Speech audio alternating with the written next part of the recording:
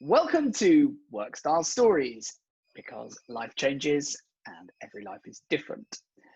This week I'm joined by Kerry Kiel. Hi, Kerry. Hello, Alex. Hi. And we're going to be talking about travel. We're going to be talking about synchronous and asynchronous working. And we're going to be talking about work fitting around life. But before we do that, Kerry, just tell us a little bit about who you are, where you come from, where you live, and what you do. Okay. My name's Kerry Kiel. I'm originally from the UK. I'm currently living in Thailand, and among other things, I do digital project managing. I run my own company, and take freelance projects on here and there. It looks like you're living the dream. I mean, that background and the weather, it just looks spectacular. Like my palm trees. Yeah, I mean, feeling the real need to get out and sample nature now, having seen you. So tell us a little bit about your work then, because you haven't always lived and worked in Thailand, have you? So what was your kind of, what took you there? Where were you before that? What were you doing? Okay, so I actually came to Thailand originally to be a diving instructor in 2003. And then I kind of went along the diving career ladder and ended up running my own dive center in the Hilton in Phuket. Cool. And then I fell in love and wanted to get married to a German man. And as part of that, after 10 years in Phuket, we moved to Germany. And I followed the job. I was in an office job there and then went on to Africa. And I've actually gone full circle and I'm back in Thailand now. But luckily enough, I can keep my work and keep doing my thing because of what we're talking about today, which is Workstyle. Wow. So you've done a lot of traveling. I mean, it sounds pretty envious. Talk to me about you said there you had a proper job. So in Germany, was it? Well, yeah. Outside of the scuba diving, I then got a proper job.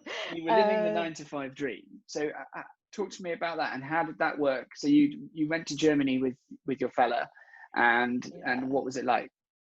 Well, actually, it was part of my own dream to go back to Europe. And after 10 years here in Thailand, I thought I wanted the norm, which was 9-to-5 and being in an office with other people. And I thought that would be for me. And I just felt very limited by it. It didn't, I didn't feel like I could get where I wanted to be with it. And I missed the travel. My husband's career actually involves a lot of travel. I wasn't able to be with him, and it was very limiting to me. Yeah, absolutely. So what happened then at that point? So you stopped doing that, or did you relocated, didn't you? Because your husband travels a lot. So how did that go down?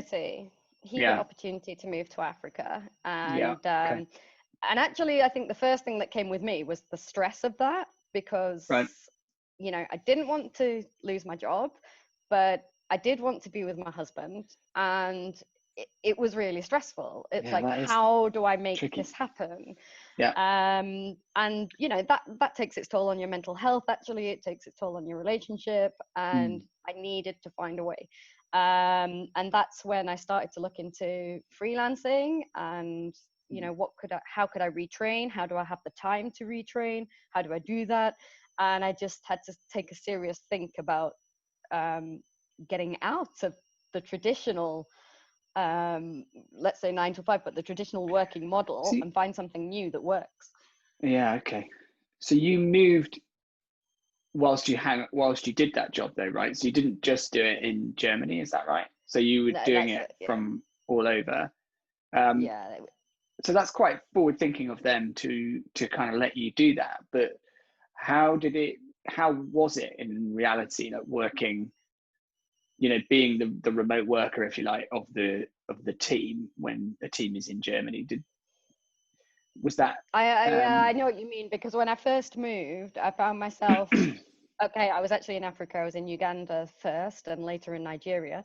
And I felt limited because I wanted to know more about those cultures. I wanted to know more about those countries. I wanted to be a part of those countries, but I was working still somehow tied to the traditional model working remotely, but the rest of the office were nailed in 9 to 5 in Germany, expecting me to be nailed to that same time frame, that same model. And I felt restricted by it. I couldn't, there was no time for me to go and meet new people or do new things because I had to be at my desk. So now, so fast forward then, so obviously you took the plunge at that point then to stop the 9 to 5, albeit with the benefits of having the ability to travel and to work from anywhere. The issue more was about having sort of, being in a different place to everyone else, but working to the same schedule. So sort of almost synchronous working, albeit perhaps in a different time zone.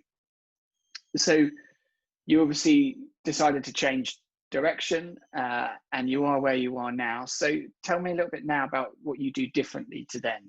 So how is life different for you now? Well, I have the opportunity to get away from my desk and not feel guilty about it. I communicate my hours to those that I work with on each project. I think that's quite an important thing to say. And I think that, work style is not necessarily fixed for me. I don't like to be fixed by it or feel like I have to be at my desk. So what I've done is week by week, or sometimes month by month, depending on the project, I define my work style to make sure that I have those opportunities to be able to enjoy where I live. So that might be to be able to take my dog for a walk, or to go down to the beach, or to a running group that, we meet at certain times of day. Every Thursday afternoon I go and play tennis, but it's not, I'm not actually working any less. I've just kind of shuffled my hours and my life around what I do. Exactly. And that is so important, because you can get so bogged down just sat at your desk and feeling like you can't live. And that's what the new work style has done for me, if you like. So that's brilliant. So from your point of view, obviously things are rosy and that's great, but in terms of the people that you're working with then, so the problem that you had before with this kind of asynchronous synchronous working, so expected to be together at the same time, how does it work with everyone else? So you said that you tell people when you're working and when they can work with you, but how does it work in practice in terms of, the people you work with all, knowing what they're supposed to be doing and doing the things that they're doing if you're not working together at the same time? Yeah. Does everyone have the same, approach to that? Everyone I work with has their own work styles, actually, and we all respect that. So, there's a lot of collaboration in documents sometimes, rather than having endless meetings, we can actually get through a lot and achieve a lot just through, some of the applications that are out there, be it collaborating in Google Documents or collaborating in forums or Slack channels or something like this. And I think those kind of tools are really important, because you can still share fun things like pictures and chats and emojis or something like this and make it a bit fun. And also, like I said, my work style, because it's not fixed, it can be quite flexible to the project I'm working on. So if I know that there is a weekly meeting and the team are getting together at this time each week, it's fine. It's an hour of my time. But I will find time.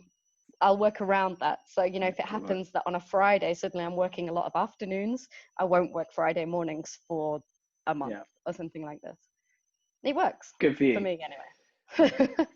Brilliant. So you're in control. I love the way that you talk about shuffling, because I think really that's what this is all about, is being able to shuffle your own priorities, be responsible for the things you're responsible for, but in charge of when and where you do them. And that hopefully gives you more of a fulfilled life, and the way you talked about it in terms of connecting with the country you're living in or the people you're living near, and being more in touch with that as you travel and explore. I think that's inspiring, and something that I think all of us would love to do at some point. So Kerry, thank you very much for sharing your story with us. I think life changes, life's flexible, and I just like to be able to have a work style that reflects that as well. Good for you.